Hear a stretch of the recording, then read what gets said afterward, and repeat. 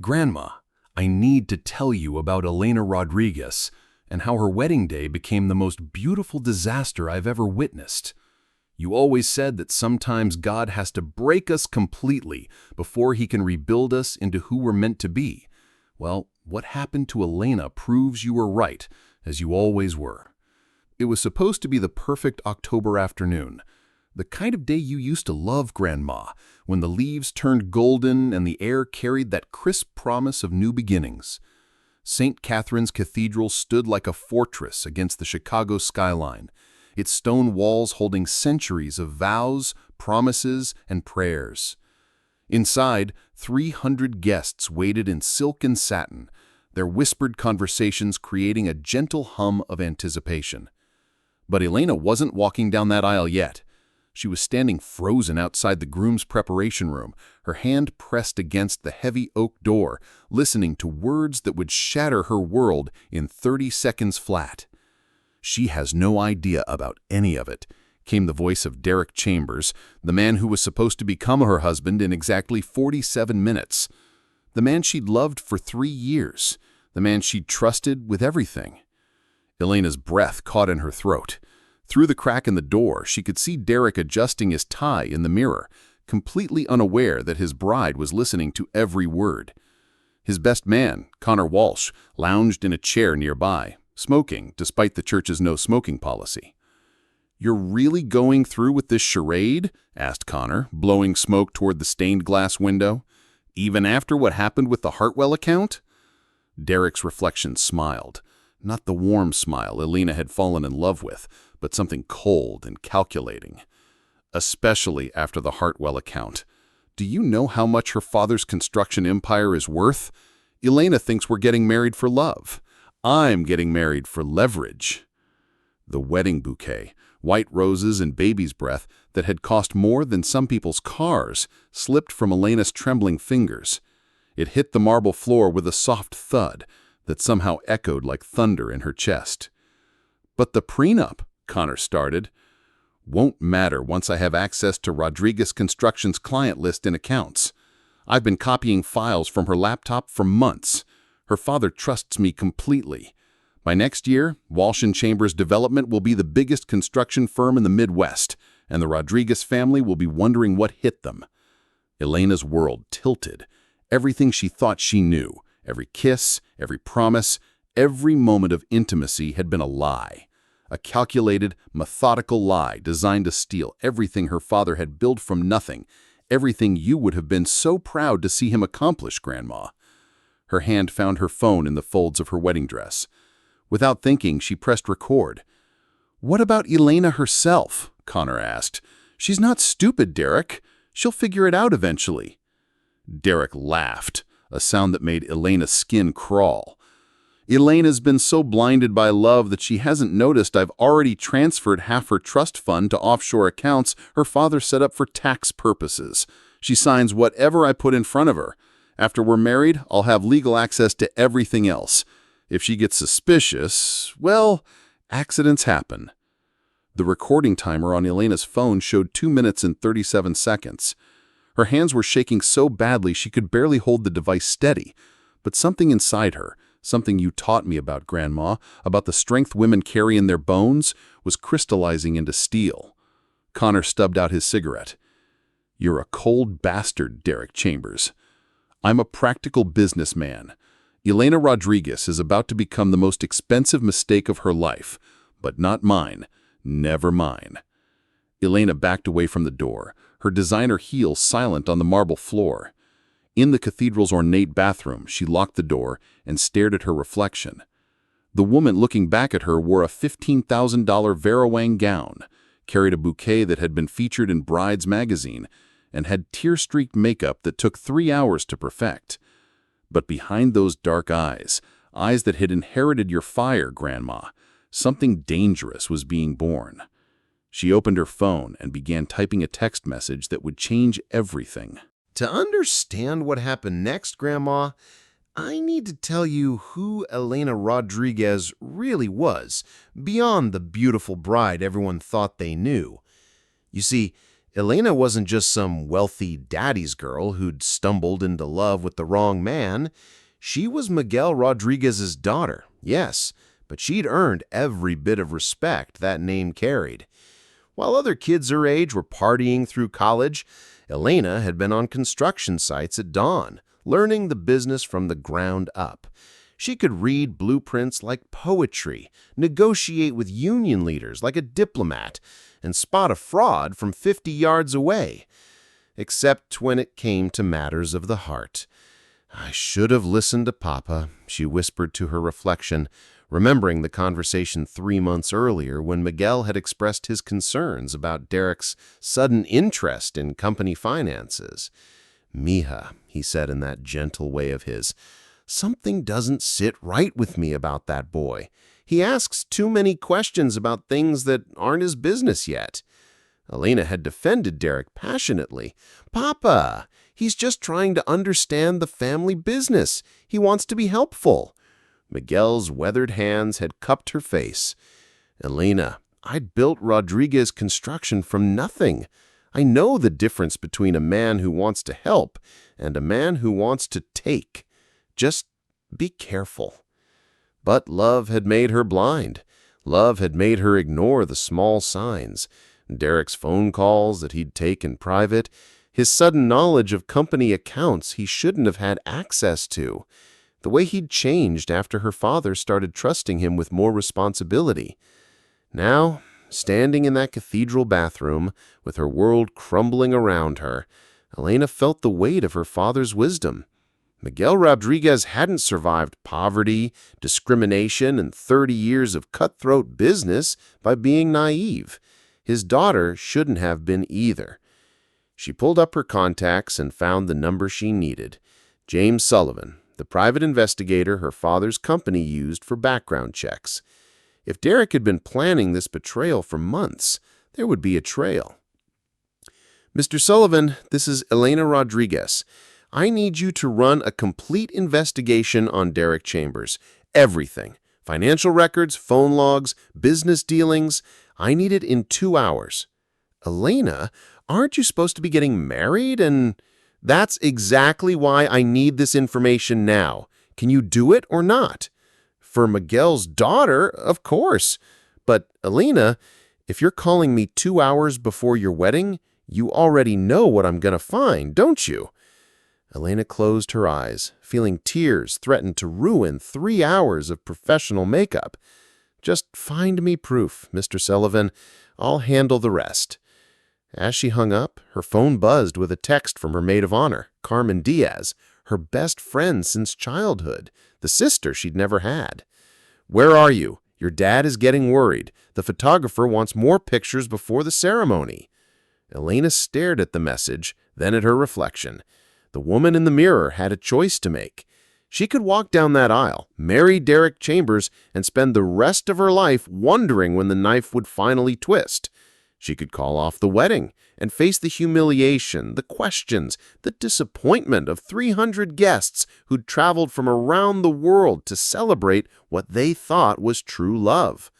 Or she could do something entirely different. "You always told me, Grandma, that revenge is a dish best served cold.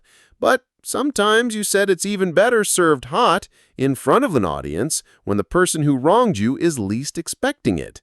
Elena began typing a series of text messages, not just to James Sullivan, but to her cousin Luis Rodriguez, who ran security for the family business, to her father's lawyer, Patricia Martinez, and to her college roommate Sarah Chen, who now worked as a journalist for the Chicago Tribune.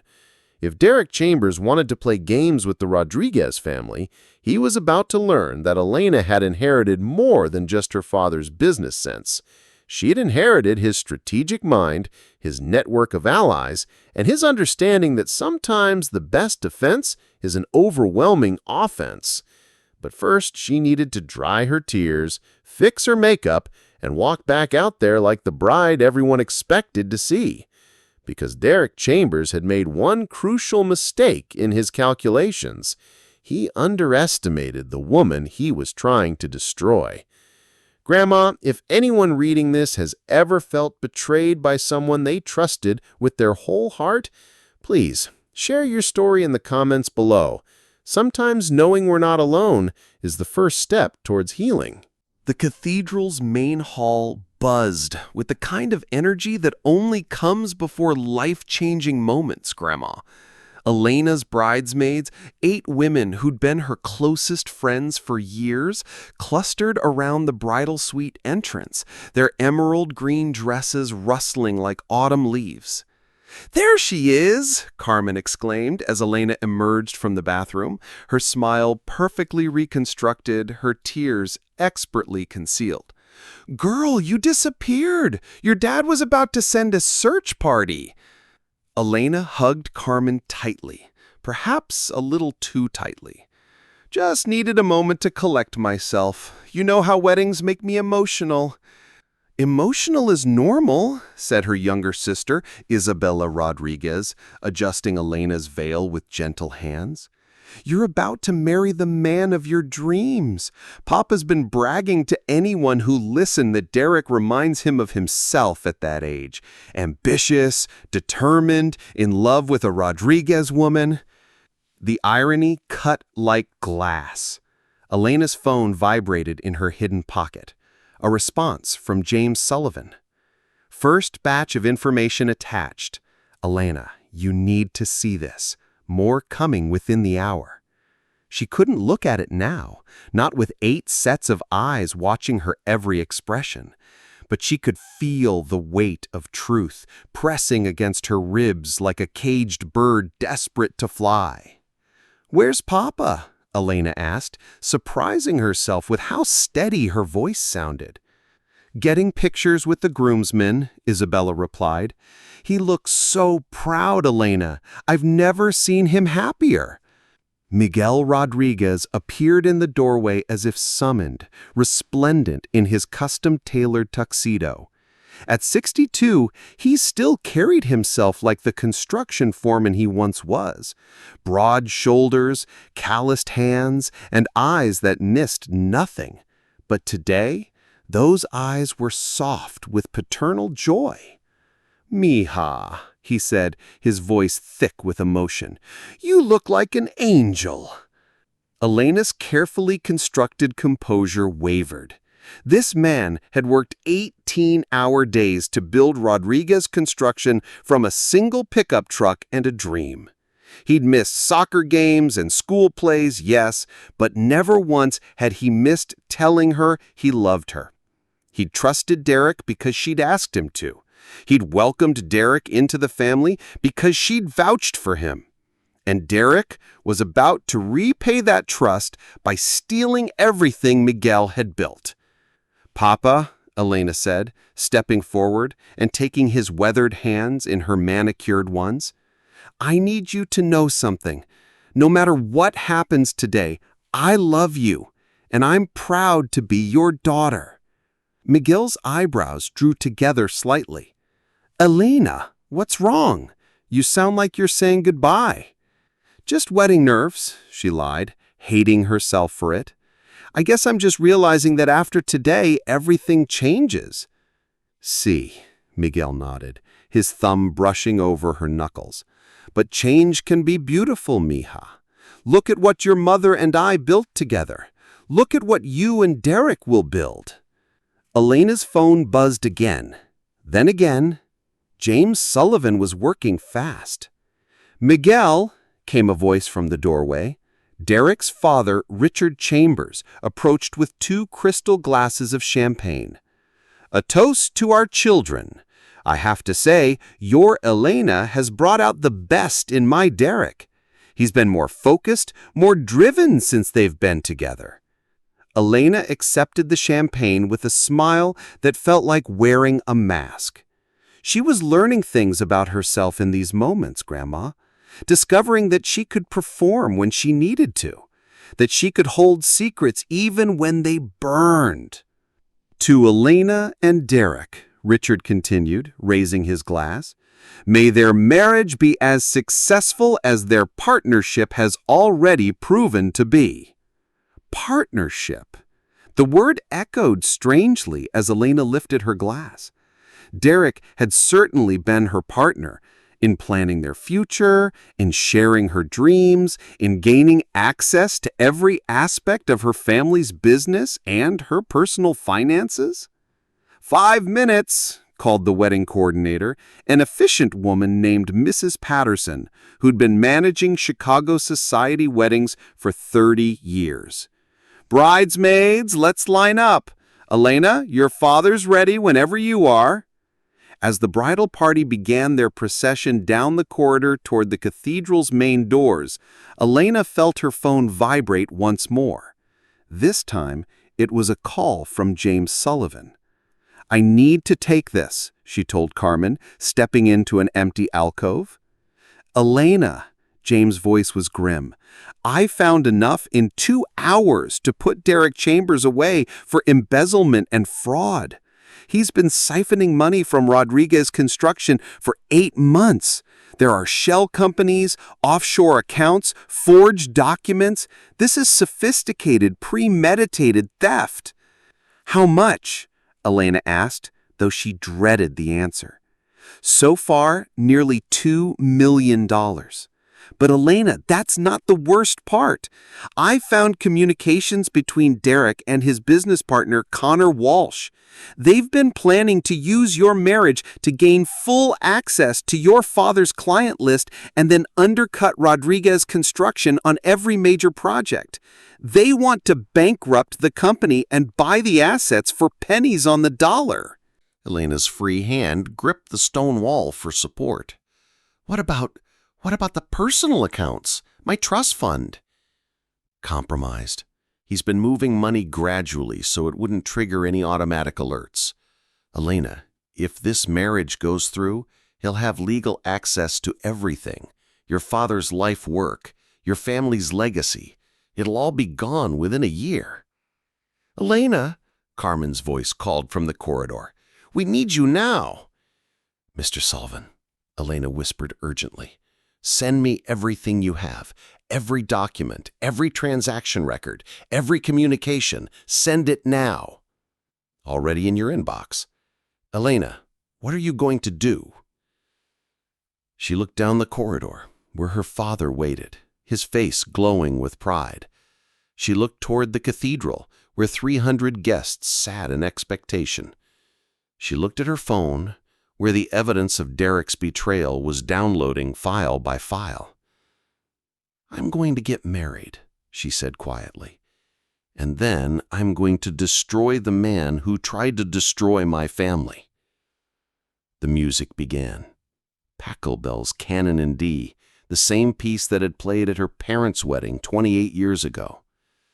Elena Rodriguez took her father's arm, lifted her chin, and walked toward her destiny. But it wasn't the destiny anyone expected, Grandma. Part 4. Rising Tension. The cathedral doors opened like the gates of judgment, Grandma. Elena saw the scene in perfect detail. 300 faces turning toward her in unison, camera flashes creating stars in her peripheral vision, flowers cascading from every surface like something from a fairy tale. And there, at the altar, stood Derek Chambers, in his perfectly tailored tuxedo, his smile radiant and false and confident. He believed he'd won. He believed that in 10 minutes he'd have legal access to everything the Rodriguez family had built. He had no idea that Elena's phone, hidden in the folds of her dress, was recording everything. The walk down the aisle felt eternal and instantaneous. Miguel's arm beneath hers was steady and strong, but Elena could feel his slight confusion at her tension. Her father had always been able to read her moods, and today she was broadcasting signals he couldn't quite decode. "Mija," he whispered as they passed the halfway point. "Breathe. You look like you're marching to war instead of to love." If only he knew, Elena thought. If only he knew that this was both. She caught sight of familiar faces in the crowd. Her mother's sister, Aunt Rosa, dabbing at her eyes with a handkerchief. Her college friends from Northwestern, some of whom had flown in from New York and Los Angeles. Derek's family, all sharp suits and practiced smiles, clustered on the right side of the cathedral. And there, in the third row, sat Connor Walsh, Derek's best man and business partner. The man who'd been smoking in the preparation room, the man who'd helped plan this elaborate theft. He nodded at Elena as she passed, his expression appropriately solemn for a wedding, completely unaware that she'd heard every word of his conversation with Derek. Father McKenna stood ready at the altar, his weathered Irish face kind and expectant. He'd baptized Elena as an infant, given her first communion, confirmed her faith. Today he would witness something he'd never seen before in 40 years of service. A bride who knew more than her groom suspected. "Who gives this woman to be married to this man?" Father McKenna asked when Elena and Miguel reached the altar.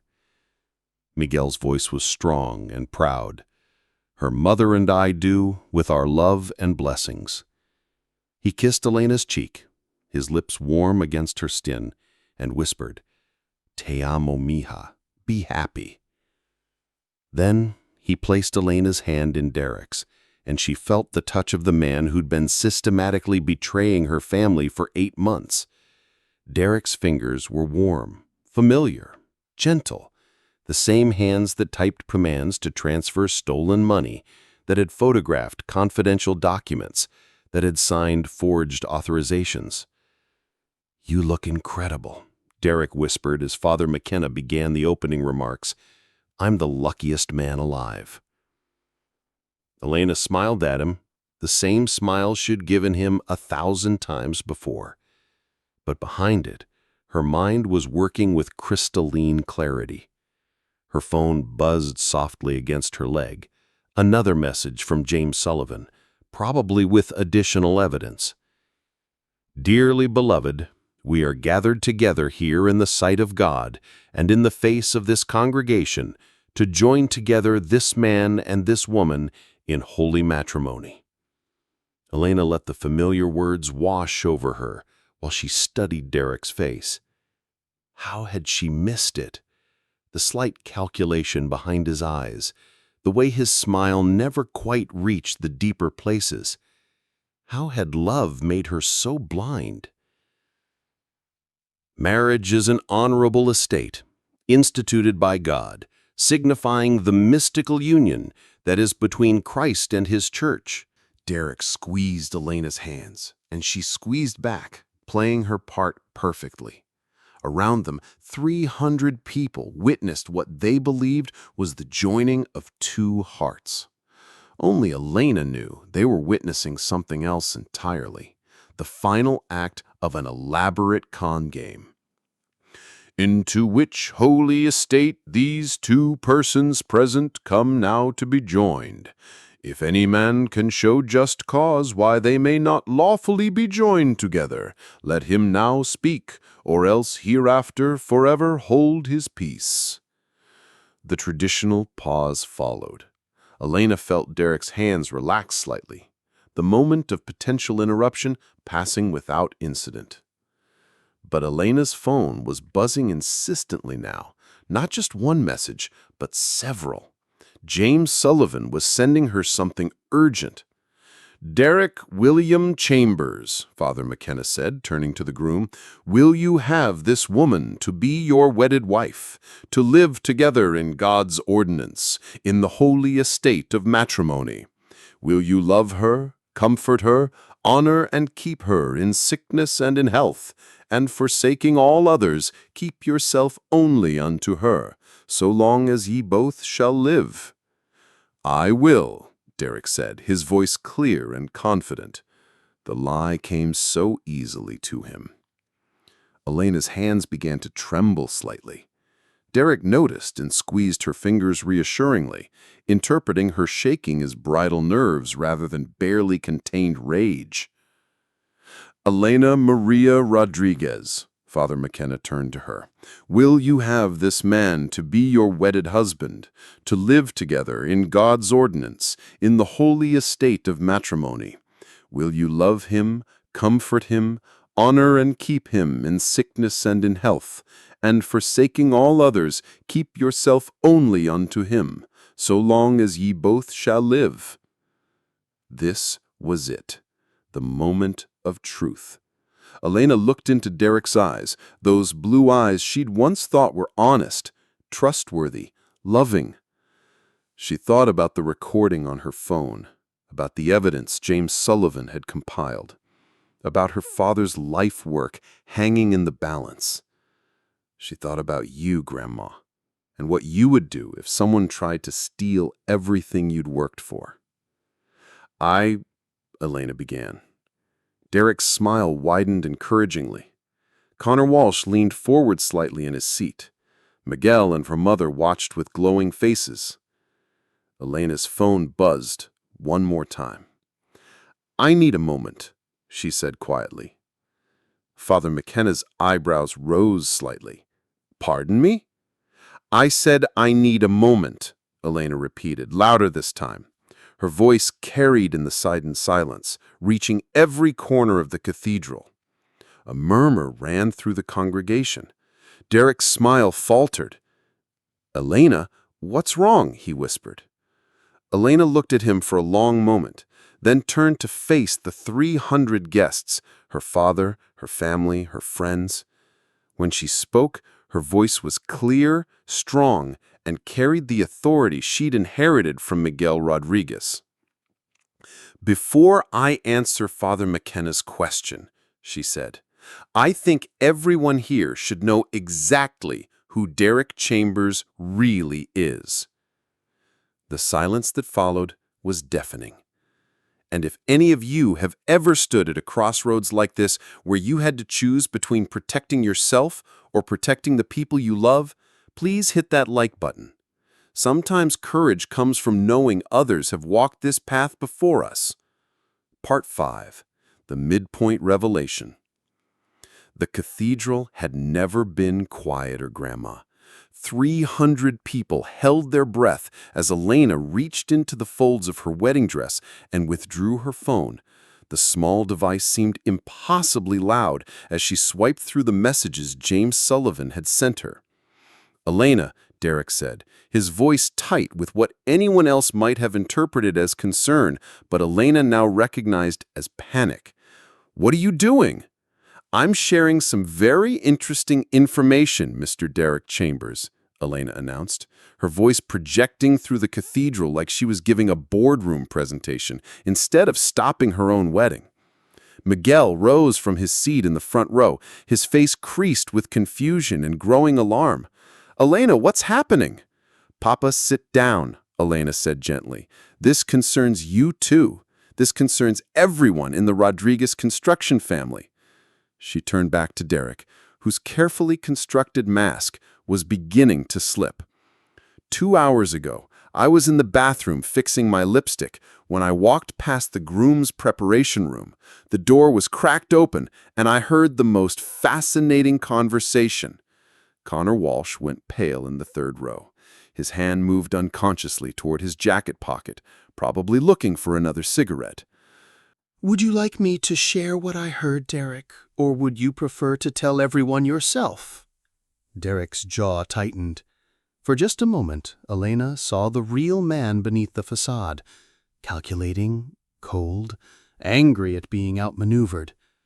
"Elena, you're obviously upset about something. Why don't we discuss this privately?" "Oh, I think we're well past private discussions," Elena replied. She held up her phone. "James Sullivan, you remember him, Derek? You met him at Papa's Christmas party. Sent me some very enlightening documents about your business activities over the past 8 months. The murmur from the crowd grew louder. Elena could see her aunts and uncles exchanging worried glances, could feel the shift in energy as celebration began transforming into something else entirely. "Mr. Sullivan discovered that you've stolen nearly $2 million from Rodriguez Construction," Elena continued, her voice never wavering. Through shell companies, forged documents, and unauthorized transfers that you made using access my father gave you in good faith. Elena, stop, Derek said sharply. You don't know what you're talking about. Don't I? Elena swiped through her phone and found the recording she'd made. Everyone here should listen to this conversation between my fiancé and his business partner, recorded 2 hours ago. She pressed play, and Derek's voice filled the cathedral through the phone speaker. Elena thinks we're getting married for love. I'm getting married for leverage. Do you know how much her father's construction empire is worth? A gasp ran through the crowd like a wave. Miguel's face went from confusion to thunderous anger in the span of heartbeats. Connor's confident expression faltered slightly. Mr. Sullivan discovered some very interesting things about your company's tax filings, Elena continued, reading from her phone. Apparently, you've been reporting false earnings to the IRS for 3 years. You've also been paying workers under the table to avoid labor regulations, and you've been using substandard materials while charging clients for premium supplies. Connor's face was going white. You can't prove any of that. Actually, I can. One of your former employees came forward when he heard Derek was getting married into the Rodriguez family. Michael Torres, you remember him, the foreman you fired last month for asking too many questions about material quality. Elena held up her phone to show another recording app. Michael has been documenting everything for months, hoping someone would eventually listen. Photos of the cheap materials, copies of the dual payroll systems, recordings of you ordering him to falsify inspection reports. She turned to address Derek, who was now staring at her with something approaching respect mixed with his rage. So here's how this is going to work, Elena said, her voice carrying the authority she'd learned from watching Miguel negotiate with union bosses and city officials. You're both going to prison. The evidence against Walsh and Chambers' development goes to the FBI tomorrow morning, and every file you have on Rodriguez Construction, well, it turns out industrial espionage is also a federal crime. Connor started to speak, but Elena held up her hand. I'm not done. The insurance files Derek mentioned, the ones you think give you leverage.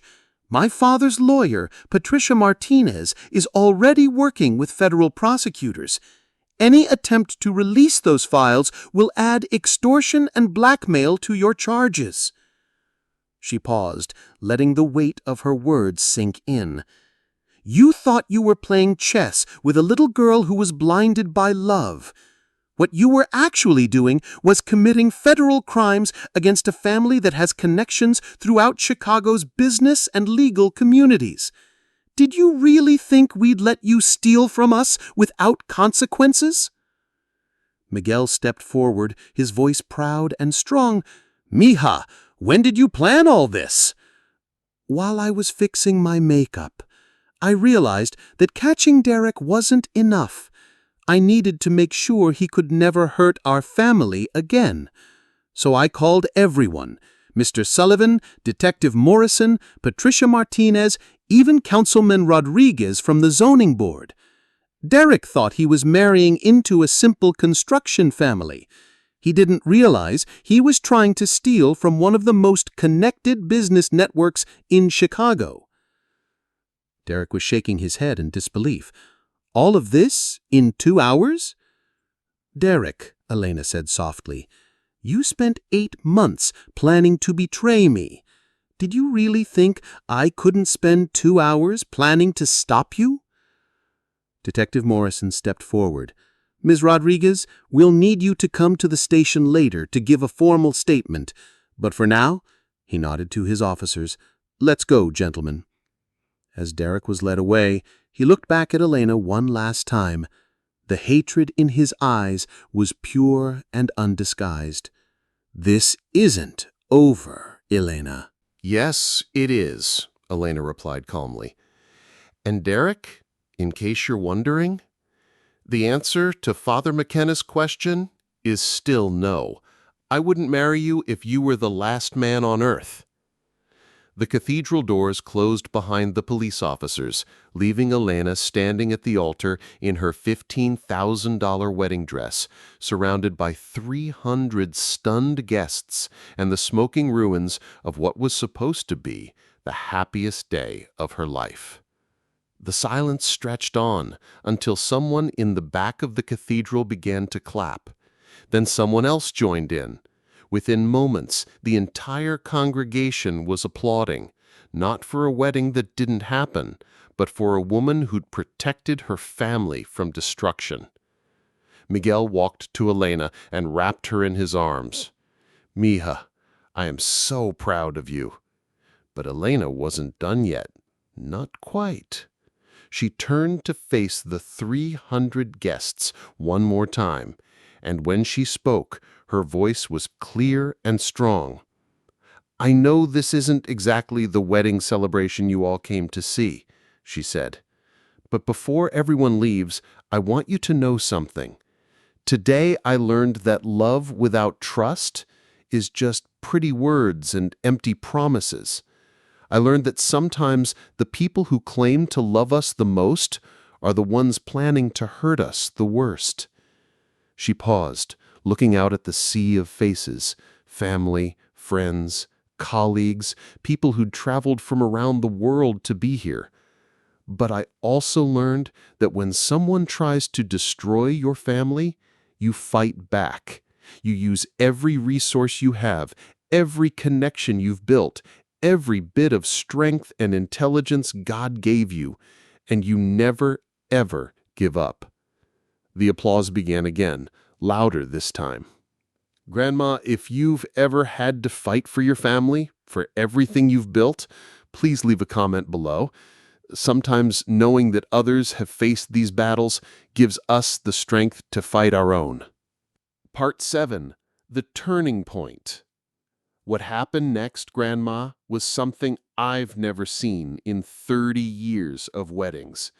Elena Rodriguez turned what should have been her darkest hour into the most powerful moment of her life. Instead of fleeing to the bridal suite to cry and hide, instead of sending everyone home with apologies and shame, Elena did something extraordinary. She walked to the cathedral's microphone that had been set up for the ceremony readings and addressed her guests like the businesswoman she'd always been. "Ladies and gentlemen," she said, her voice steady and professional, "I know many of you traveled long distances to be here today. You took off work, you bought plane tickets, you arranged childcare. Some of you came from Mexico, some from across the country. You came because you believed Derek and I were building something real together." The congregation listened intently. Elena's wedding dress caught the afternoon light streaming through the stained glass windows, but she stood like a CEO addressing a board meeting rather than a heartbroken bride. "You witnessed today the end of a lie, but it was also the beginning of something true. You saw me choose my family over my comfort. You saw me choose courage over convenience. And I want you to know that your presence here, your support, gave me the strength to do the right thing." Carmen Diaz, her maid of honor, stepped forward with tears streaming down her face. "Elena, we're all so proud of you." "But the day doesn't have to be a total loss," Elena announced, surprising everyone. "We have a beautiful cathedral, we have 300 people who love us, we have enough food and music for the best party Chicago has seen this year." Miguel's eyebrows rose. "Elena, what are you saying?" "I'm saying we should celebrate," Elena replied, her smile genuinely bright for the first time all day. "We should celebrate truth over lies. We should celebrate family loyalty. We should celebrate the fact that Rodriguez construction is stronger today than it was this morning, because we know who our real friends are." She gestured to the congregation. "Everyone who came here today, everyone who's witnessed what happened, everyone who's still standing here instead of running away embarrassed, you're family now. You've seen us at our most vulnerable, and you stayed." Father McKenna stepped forward. His weathered face creased with something between confusion and admiration. "Elena, I've been performing weddings for 40 years, and I've never seen anything like what you just did. Father, would you be willing to say a blessing? Not for a wedding that didn't happen, but for the truth that finally came to light?" "I think that would be very appropriate," Father McKenna nodded. As the priest began speaking words of blessing and protection over the Rodriguez family, Elena felt something settle in her chest. Not the bitter satisfaction of revenge, but the deeper peace that comes from knowing you've done right by the people you love. But the real turning point came when Elena's phone rang. She glanced at the screen and saw James Sullivan's name. "Excuse me," she said to Father McKenna, stepping aside to take the call. "Elena," James's voice was excited, "you need to hear this. After Derek was arrested, Connor Walsh panicked and started making phone calls. My contact at the FBI was monitoring his communications as part of the federal investigation. And Connor just called someone named Vincent Torres, apparently one of Derek's silent partners. He told Vincent that the whole operation was blown and they needed to liquidate everything immediately and disappear." Elena's felt her pulse quicken. What does that mean? It means there are more people involved in this conspiracy than we realized. But, Elena, here's the important part. In his panic, Connor revealed the location of all the stolen files and money. The FBI is raiding 3 separate locations right now. Elena's hand tightened on the phone. "Are you saying?" "I'm saying that within 2 hours, your father will have every stolen dollar returned and every confidential file recovered. Connor Walsh just solved our biggest problem by panicking." Elena looked across the cathedral at Miguel, who was accepting condolences and congratulations from relatives and friends. Miguel had built his business on integrity, hard work, and treating people fairly. He'd trusted Derek because Elena had vouched for him, and that trust had nearly cost him everything. But now, because Elena had found the courage to expose the truth, Miguel's life work was not only protected, it was stronger than ever. "Mr. Sullivan," Elena said into the phone, "I want you to do one more thing for me. Anything. I want you to compile a complete report of everything Derek and Connor did, how they did it, and how we stopped them. I want it detailed enough that other family businesses can learn from our experience." "Elena, that's brilliant. A case study in corporate espionage and how to fight back." "Exactly. If this happened to us, it's happening to other families too. They should know how to protect themselves." Elena ended the call and walked back to where her family was gathered. Miguel looked at her with eyes full of questions. "Papa," Elena said quietly, "the FBI just recovered all the stolen money. Every dollar Derek took from us is coming back." Miguel's legs actually gave out slightly, and Ricardo caught his arm. "Dios mío," Miguel whispered. "All of it?" "All of it. Plus, we now have detailed evidence of exactly how corporate espionage works and how to prevent it. Rodriguez Construction isn't just surviving this, Papa. We're going to be the most secure construction company in Chicago." Miguel pulled Elena into a fierce hug. "Mija, I don't know what I did to deserve a daughter like you. You taught me to fight for what's right. You taught me that family comes first, always."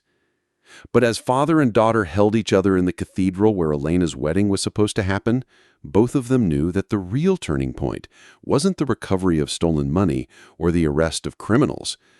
The real turning point was the moment Elena chose truth over comfort, courage over security, and family over everything else. If this story is inspiring anyone who's watching to stand up for what's right, even when it's terrifying, please hit that subscribe button. Sometimes we need to know that others have walked this path before us. Part 8. The Climactic Resolution. By evening, Grandma, the story had taken on a life of its own. What started as Elena's private nightmare had become Chicago's most talked-about tale of corporate espionage and family loyalty. But the most remarkable part wasn't what Elena had discovered about Derek. It was what she'd discovered about herself. The reception hall at the Palmer House Hotel buzzed with an energy unlike any wedding celebration in the venue's storied history. Instead of a bride and groom's first dance, the guests witnessed something more powerful, a family that had faced destruction and emerged stronger. Elena had changed from her wedding dress into a simple black cocktail dress, and she stood at the front of the room with Miguel beside her. Behind them, a large screen displayed the FBI's preliminary findings: $2.3 million recovered, 14 companies identified as targets of the Walsh Chambers conspiracy, and enough evidence to put Derek and Connor away for 20 years. "Ladies and gentlemen," Elena addressed the crowd, her voice carrying the same authority she'd shown in the cathedral, but tempered now with genuine warmth. "6 months ago, if someone had told me my wedding day would end with federal arrests and a corporate espionage investigation, I would have thought they were insane." Laughter rippled through the crowd. "But here's what I've learned today," Elena continued. "Sometimes the worst thing that can happen to you turns out to be the best thing that could have happened to you." She gestured to the screen behind her. Derek Chambers and Connor Walsh thought they were stealing from one family business. What they actually did was expose a conspiracy that was targeting dozens of Chicago companies. The FBI tells me that our evidence will help protect hundreds of other families from similar theft. Miguel stepped forward, his voice thick with emotion. "My daughter saved not just our company today, but our entire industry. She showed courage that I could have never imagined. Papa's being too generous. I didn't do this alone. I did it because you taught me that family loyalty isn't just a nice sentiment, it's everything. I did it because this room is full of people who've shown me what real love and support look like." She paused, looking out at the faces of family, friends, and business associates who'd stayed for what was supposed to be a wedding reception and became something more like a victory celebration. "James Sullivan," Elena called out, spotting the private investigator at a corner table. "Would you come up here, please?" James approached the podium with obvious reluctance. "Elena, I was just doing my job." In 2 hours, this man compiled evidence that took down a multi-million-dollar theft ring. He worked with federal investigators, coordinated with Chicago police, and helped recover every stolen dollar. James Sullivan saved Rodriguez Construction. The applause was thunderous. James looked uncomfortable with the attention, but Elena could see the pride in the work they had accomplished together. "Detective Morrison," Elena continued, spotting the police officer who'd arrested Derek, "thank you for taking my call seriously, even though it must have sounded insane." "Miss Rodriguez," Detective Morrison replied, "in 20 years of police work, I've never seen someone gather that much evidence that quickly. You should consider a career in law enforcement." "I think I'll stick to construction," Elena laughed. "But Detective, I want everyone to know, when I called to report the crimes, you didn't dismiss me as a hysterical bride. You listened, you investigated, and you acted. That meant everything." She turned back to the crowd, her expression growing more serious. "But there's something else I need to say. Today wasn't just about stopping thieves. It was about learning who I really am when everything I thought I knew about my life turned out to be false." The room grew quiet. "For 3 years, I thought I was deeply in love. I thought I'd found my soulmate, my partner, my future. I planned a life around someone who was systematically betraying me every single day. That's a special kind of heartbreak. Not just losing someone you love, but learning that the person you loved never actually existed. Elena's voice grew stronger, more confident. But you know what I realized today? I didn't lose Derek Chambers. Derek Chambers never existed. The man I thought I loved was a fiction, a character he created to steal from my family. You can't lose something that was never real. She smiled, and it was the first genuinely happy smile many people had seen from her all day. What's real is this room full of people who stayed when things got complicated. What's real is a father who built something from nothing and raised a daughter strong enough to protect it. What's real is family, friendship, loyalty, and truth. Miguel wiped tears from his eyes. Elena, I think your grandmother would be very proud of you today. I know she would be, Papa. Abuela Rodriguez always said that character is revealed in crisis. Well, today we learned what our character really is. Elena looked around the room one more time, taking in faces that had watched her grow from a child to a woman, faces that had witnessed her worst moment and her greatest triumph in the same day. So here's my promise to everyone in this room, she said. Rodriguez Construction is going to implement the strongest security protocols in Chicago. We're going to share what we learned about corporate espionage with every family business that wants to protect itself. We're going to turn Derek and Connor's betrayal into something that helps other people. The applause started again, but Elena held up her hand. And personally, I'm going to remember that real love doesn't need to steal from you to survive. Real love doesn't require access to your bank accounts to prove itself. Real love builds you up instead of tearing you down. She paused, then added with a grin that lit up her entire face. Plus, I just saved myself a lifetime of marriage to a federal criminal. I think that calls for a celebration. The laughter and applause that followed were genuine, joyful, and completely without the forced politeness that often characterizes wedding receptions.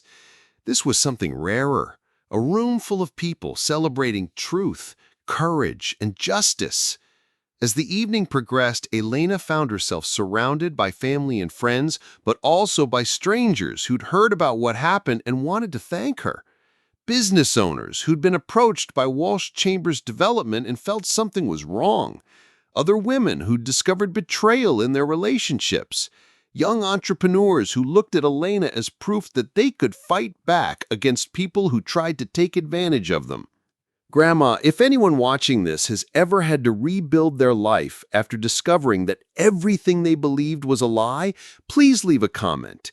Sometimes knowing we're not alone in that journey makes all the difference.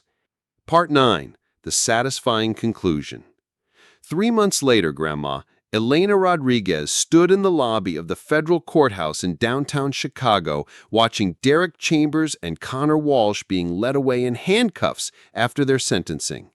22 years for Derek, 18 for Connor, and full restitution to Rodriguez Construction and the other 13 companies they'd targeted. But that wasn't the satisfying part. The satisfying part was what Elena had built from the ashes of her betrayal. Rodriguez Security Consulting read the sign on her new office door, 2 floors above her father's construction headquarters. In 3 months, Elena had transformed her experience with corporate espionage into Chicago's most sought-after business security firm. Companies throughout the Midwest were hiring her to audit their vulnerabilities and protect them from exactly the kind of theft Derek had attempted. Mija, Miguel said, joining Elena in her office as she reviewed contracts for the week. The mayor's office called. They want to hire Rodriguez Security to audit city contractor protocols. Elena looked up from her desk where 3 months ago she might have been planning flower arrangements and seating charts. Now she was building something that mattered, something that protected families like hers from predators like Derek. What did you tell them, Papa? I told them to call my brilliant daughter and make an appointment. I told them that Rodriguez Security is the best investment they'll ever make. Elena's phone buzzed with a text from James Sullivan. "Elena, just got word that the FBI is using your case as a training example for white-collar crime units nationwide. Your 2 hours of investigation work is now required reading at the Federal Law Enforcement Training Center." She showed the message to Miguel, who shook his head in amazement. "From bride to federal case study in 3 months. Your abuela would have been so proud." "She would have been proud that we protected the family," Elena corrected. "Everything else is just bonus." But there was more bonus than Elena had expected. Her story had made national news, not as a cautionary tale about wedding disasters, but as an example of how families could fight back against sophisticated financial crimes. Forbes had featured Rodriguez Security in an article about innovative approaches to corporate protection. Entrepreneur magazine had named Elena as one of their 30 under 30 rising stars. More importantly, dozens of other families had reached out to share their own stories of near-miss betrayals and successful defenses against corporate espionage. Elena was building a network of small business owners who were learning to protect each other. "Elena," Carmen Diaz appeared in the office doorway holding a bouquet of roses. "These just arrived for you." Elena's stomach tightened slightly. Derek was in federal prison, but the trauma of betrayal didn't disappear overnight. Who sent them? Carmen's smile was mischievous. "Read the card." Elena opened the small envelope with cautious fingers. "Elena, thank you for inspiring my daughter to leave her abusive boyfriend and start her own business.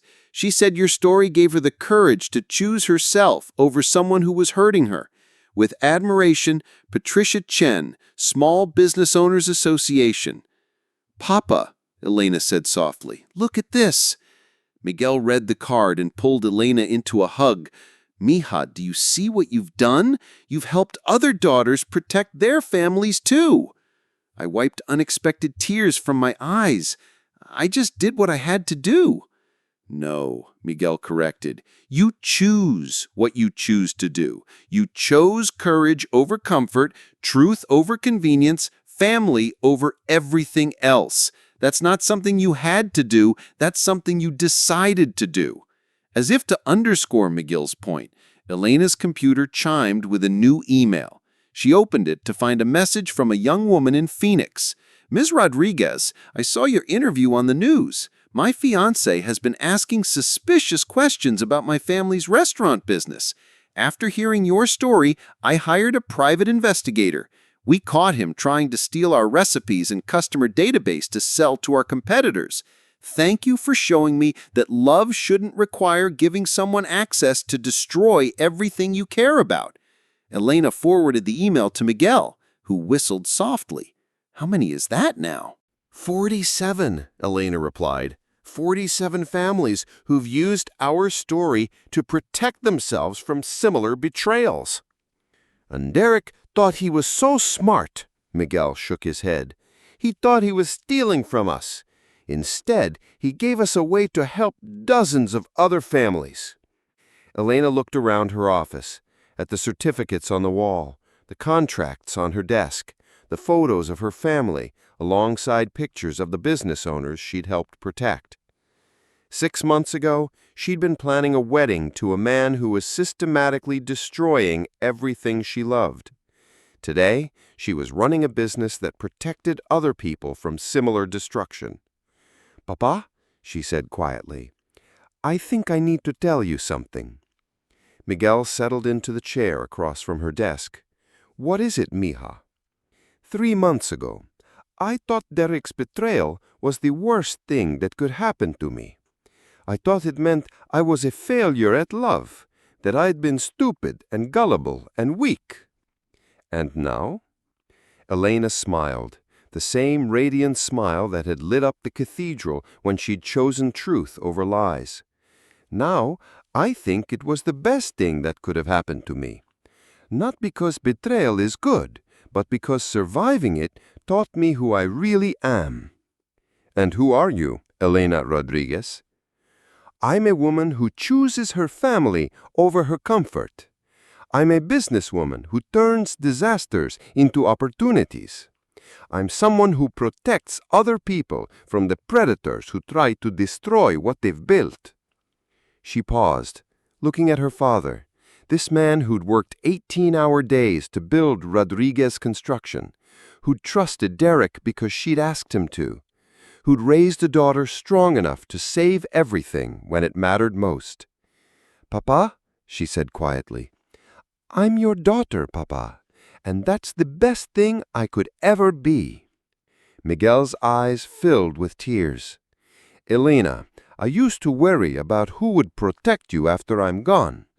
Now I think you're going to be the one protecting everyone else." As the sun set over Chicago, Elena Rodriguez sat in her office, surrounded by evidence of the life she'd built from the ruins of her betrayal. On her desk was a framed photo from what would have been her wedding day. Not a picture of her in her wedding dress, but a photo Carmen had taken of Elena at the podium in the Palmer House, addressing the crowd with strength and courage blazing in her eyes. Below the photo, Elena had placed a small placard with a quote she'd found in her grandmother's journal. "Character is not revealed in comfort, but in crisis. And crisis, properly handled, becomes opportunity." "Grandma, I finally understand what you meant." Her phone buzzed with another message from a family business owner asking for help with security consulting. Elena smiled and began typing her response, knowing that Derek's betrayal had given her the greatest gift possible, the chance to protect other families from similar heartbreak. "Sometimes, Grandma, the worst thing that happens to us becomes the doorway to the best version of ourselves." Epilogue. 2 years later. Elena Rodriguez stood at the altar of St. Catherine's Cathedral once again, but this time everything was different. This time she was there as the maid of honor for her best friend Carmen, who was marrying a wonderful man they'd both known since college. A man whose background Elena had thoroughly investigated, whose finances were completely transparent, whose love for Carmen was evident to everyone who saw them together. "Do you, Carmen Diaz, take this man to be your lawfully wedded husband?" Father McKenna asked. "I do," Carmen replied, her voice clear and certain. Elena watched her best friend's face glow with genuine happiness, and she felt nothing but joy. No regret, no sadness, no sense of loss for the wedding that hadn't happened in this same cathedral 2 years earlier. After the ceremony, as Elena helped Carmen with her dress during the photo session, Carmen looked at her seriously. "Elena, are you okay being back here? I know this place must bring up memories." Elena glanced around the cathedral, at the altar where she'd exposed Derek's betrayal, at the pews where 300 people had witnessed her choose truth over comfort, at the doorway where she'd watched federal agents arrest the man she'd thought she loved. "This place doesn't bring up bad memories," Elena said softly. "It brings up the memory of the day I discovered who I really am. This is where I learned that I'm strong enough to protect the people I love, even when it costs me everything I thought I wanted." Carmen squeezed Elena's hand. "Elena, I'm glad Derek's betrayal didn't make you cynical about love." "How could it?" Elena laughed. "Derek taught me what love isn't: manipulation, theft, betrayal, lies. Once you know what love isn't, it's easier to recognize what love actually is." And what is love according to Elena Rodriguez? Elena looked out at the reception, where Miguel was dancing with Carmen's mother, where her cousins were telling stories and laughing, where James Sullivan was comparing notes with other security professionals who'd become Elena's friends and colleagues. "Love is what's in this room," Elena said. "People who stay when things get complicated. People who support your dreams instead of stealing them. People who make you stronger instead of tearing you down." She paused, then added with a grin, "And love is what I feel for Rodriguez Security Consulting, which just signed a contract to train FBI agents in corporate espionage detection." Carmen laughed. Only you would find romantic fulfillment in a government contract. I find fulfillment in protecting families, Elena corrected. The government contract is just how I get to do it on a national scale. As the evening progressed, Elena found herself thinking about Derek occasionally, not with anger or sadness, but with something approaching gratitude. His betrayal had hurt, yes, but it had also revealed strengths she'd never known she possessed, and opened doors she'd never known existed. Rodriguez Security Consulting now employed 12 people and had offices in Chicago, Detroit, and Phoenix. Elena had testified before Congress about small business security, had written articles for Harvard Business Review, and had helped protect hundreds of family businesses from corporate espionage. Most importantly, she had learned that the right life isn't always the life you plan. Sometimes it's the life that emerges when your plans fall apart, and you have to build something new from the pieces.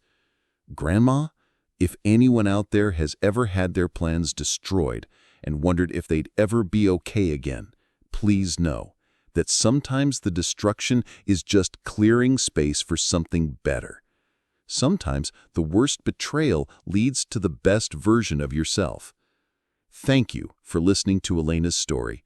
If it resonated with you, please subscribe for more stories about choosing courage over comfort, truth over convenience, and family over everything else.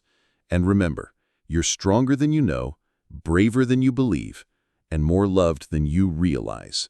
Until next time, this is your storyteller sharing another letter to Grandma. The end. Final word count, 9,847 words. Voice came next. What about Elena herself? She's not stupid, Derek. She'll figure it out eventually. Derek's recorded laughter was obscene in the holy space. Elena's been so blinded by love that she hasn't noticed I've already transferred half her trust fund to offshore accounts. If she gets suspicious, well, accidents happen. Elena stopped the recording. The silence that followed was absolute. Derek's mask had completely fallen away now. His face was flushed, his hands clenched into fists. You recorded a private conversation? I recorded evidence of felony theft and conspiracy. I recorded a confession of fraud, embezzlement, and what sounds like a very likely threat against my life. Miguel stood up slowly, his movement deliberate and controlled. Elena had seen her father angry before, but never like this. This was the fury of a man who'd built everything from nothing and watched someone try to steal it all. Derek, Miguel's voice was dangerously quiet. Is this true? Derek looked around the cathedral, perhaps calculating his chances of denying everything, but Elena held up her phone again. I have bank records, Mr. Chambers. Transfer orders with your electronic signature. Communications between you and Connor about which Rodriguez construction projects to target first. Elena's voice was steady, professional. I have 8 months of evidence that shows you've been systematically stealing from my family while pretending to love me. Elena, you have to understand, Derek started. What I understand is that you proposed to me 3 days after Papa gave you access to the company's financial accounts. What I understand is that every "I love you" was really "I need your bank password." What I understand is that you were planning to bankrupt my father's company and leave my family with nothing. Father McKenna cleared his throat. Perhaps we should— No, Father, Elena said firmly. Everyone came here to witness a wedding. They came to see 2 people promise to love and honor each other. I think they deserve to know that one of those people has been lying about everything from day one. She turned back to Derek, and her voice grew softer, more personal. You know what hurts the most? It's not the money you stole. It's not even the betrayal. It's that you made me doubt my father's instincts. Papa knew something was wrong, but I defended you. I told him he was being overprotective, that he didn't understand how much we loved each other. Derek's facade cracked completely. Elena, the business world is complicated. You wouldn't understand. I wouldn't understand? Elena's laugh was sharp. I have an MBA from Northwestern. I've been learning the construction business since I was 12 years old. I understand perfectly What I didn't understand was how someone could look me in the eye every day for 3 years and lie so completely. Miguel started walking toward the altar, his steps measured and purposeful. Several of Elena's male cousins stood up as well, their faces dark with anger. "Papa, no," Elena said firmly. "This isn't finished yet."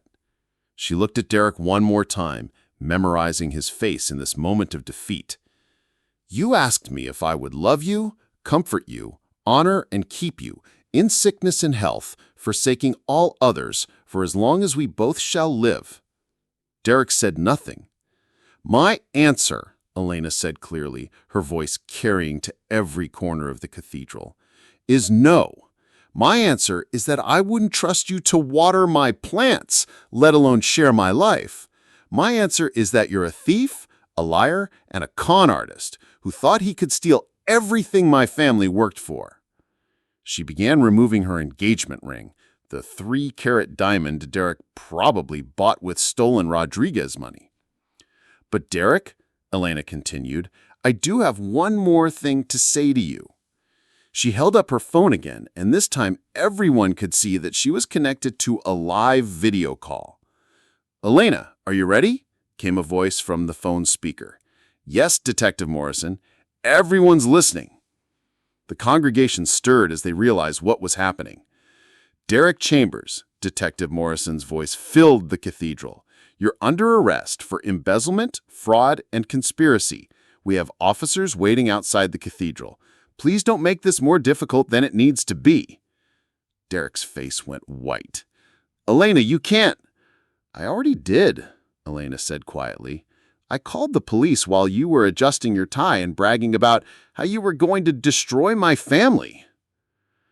"Grandma, sometimes the most important thing we can do is protect the people we love, even when it costs us everything we thought we wanted. If this story resonates with you, please subscribe to hear more about choosing courage over comfort." Part 6. The Darkest Hour. The next few minutes passed like a fever dream, Grandma. Police officers entered the cathedral, Detective Morrison and 3 others, their presence both professional and surreal against the backdrop of flowers and stained glass. Guests began standing, craning their necks, pulling out phones to record what would undoubtedly become Chicago's most talked-about wedding disaster. Derek's shock transformed into something uglier as the reality of his situation sank in. "You vindictive bitch," he snarled at Elena, all pretense of love finally abandoned. "Watch your mouth," Miguel's voice cut through the chaos like a blade. He was moving toward Derek now, and Elena could see 30 years of construction work in her father's powerful frame. "Papa, please," Elena said, stepping between them. "Let the police handle this." Detective Morrison approached Derek with handcuffs ready. "Mr. Chambers, you have the right to remain silent." But Derek wasn't done. Even as the cuffs clicked around his wrists, he kept talking, his voice rising with desperate anger. "You think you're so smart, Elena? You think this is over? I have copies of everything. Your father's client lists, his suppliers, his financial records. My lawyer will make sure Rodriguez Construction never sees those files again." Elena felt ice water in her veins. "What are you talking about?" "Insurance, sweetheart," Derek sneered. "Did you think I'd plan something this elaborate without a backup? Connor has everything stored safely. If I go down, your father's business secrets go public. Every competitor in Chicago will know Rodriguez Construction's profit margins, their bidding strategies, their vulnerabilities." Connor Walsh was trying to edge toward the cathedral side exit, but Elena's cousins Louis and Ricardo had positioned themselves to block his path. Louis, who ran security for Rodriguez Construction, spoke quietly to his phone. "You're bluffing," Elena said, but her confidence was shaking. "Am I?" Derek's smile was vicious, even with his hands cuffed behind his back. "Ask Connor. Ask him about the insurance files." Detective Morrison nodded to his officers and they began escorting Derek toward the cathedral doors. But his words hung in the air like poison, contaminating Elena's moment of triumph. Connor Walsh finally spoke, his voice carrying easily through the cathedral.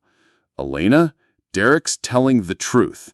We have comprehensive files on Rodriguez construction. If Derek goes to prison, those files become public. Your father's business won't survive the exposure." Miguel's face had gone ashen. Elena knew what Connor's threat meant. In the construction industry, information was power. If competitors knew Rodriguez Construction's bidding strategies, their supplier relationships, their profit margins, they could systematically undercut every project. Miguel's life work could be destroyed, not by theft, but by exposure. "What do you want?" Elena asked quietly. "Simple," Connor replied. "Derek walks away from this. No charges, no prison time. He leaves Chicago, you keep your family secrets, everybody wins." "Except for the $2 million he stole," Miguel said harshly. "Consider it the cost of keeping your business alive," Connor shrugged. "Small price to pay, don't you think?" Elena felt the walls closing in.